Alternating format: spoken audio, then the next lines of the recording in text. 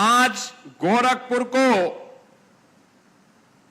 एक नया उपहार देने के लिए हम सब यहां पर उपस्थित हुए हैं और यह अवसर है जब ट्रांसपोर्ट नगर से पैडलेगंज 6 लेन के इस फ्लाईओवर और इसी फ्लाईओवर का देवरिया बाईपास की ओर 4 लेन के इस कार्य के कंप्लीट होने के अवसर पर, पूर्ण होने के अवसर पर इसका लोकार्पण हो रहा है। इसकी कुल लंबाई 2658 मीटर इसकी फ्लाईओवर की लंबाई है और यह 429 करोड़ रुपए में बनकर के तैयार हुआ है। 50 लाख से लेकर के 1 करोड़ की आबादी सीधे सीधे इससे लाभान्वित होने वाली है। आज इसका लोकार्पण हुआ है। मैं लोकार्पण के अवसर पर आप सभी गोरखपुर वासियों को, यहां की जनता जनार्दन को और इससे लाभान्वित होने वाले सभी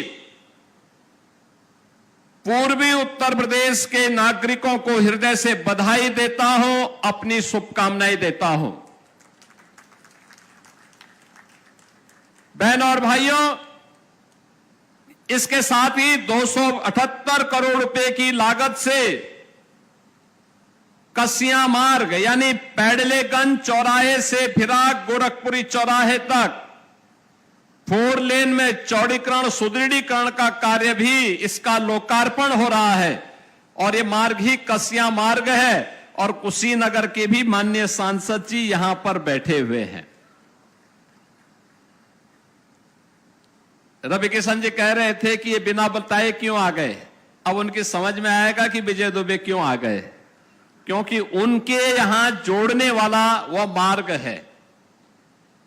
इसके साथ ही 104 करोड़ रुपए की लागत से एयरफोर्स स्टेशन गोरखपुर में एक नए एमईएस ऑफिस कॉम्प्लेक्स और उनके इंफ्रास्ट्रक्चर शिफ्टिंग के कार्य को निर्माण कार्य पूरा हुआ है और साथ ही साथ गुलरिया में पुलिस के बैरक और हॉस्टल के निर्माण के कार्य का भी आज उद्घाटन हो रहा है। नए कार्यों की श्रृंखला में गोरखपुर में नंदानगर पुलिस चौकी से शमशेर गेट यानी आकाश बिहार डोमेस्टिक एरिया तक मार्ग पर पड़ने वाले यहां पे वाल लेवल क्रॉसिंग हेतु अंडरपास और सर्विस रोड के निर्माण का शिलान्यास का कार्य भी हो रहा है, जिसकी लागत लगभग 75 करोड़ रुपए है। 50 करोड़ की लागत से गोरखपुर में हम लोग स्मार्ट सिटी योजना के अंतर्गत एक साइंस म्यूजियम का निर्माण कार्य प्रारंभ करने जा रहे हैं। इसके साथ ही गोरखपुर में रवि किशन जी को नहीं पता है, लेकिन गोरखपुर में एक श्रमजीवी महिला हॉस्टल लोक माता अहिल्याबाई होलकर के नाम पर निर्माण कार्य हम प्रारंभ करने जा रहे हैं। 47 करोड़ रुपए इसके लिए दिया गया है। 500 कामकाजी महिलाओं के लिए हॉस्टल की सुविधा यहां उपलब्ध कराई जाएगी।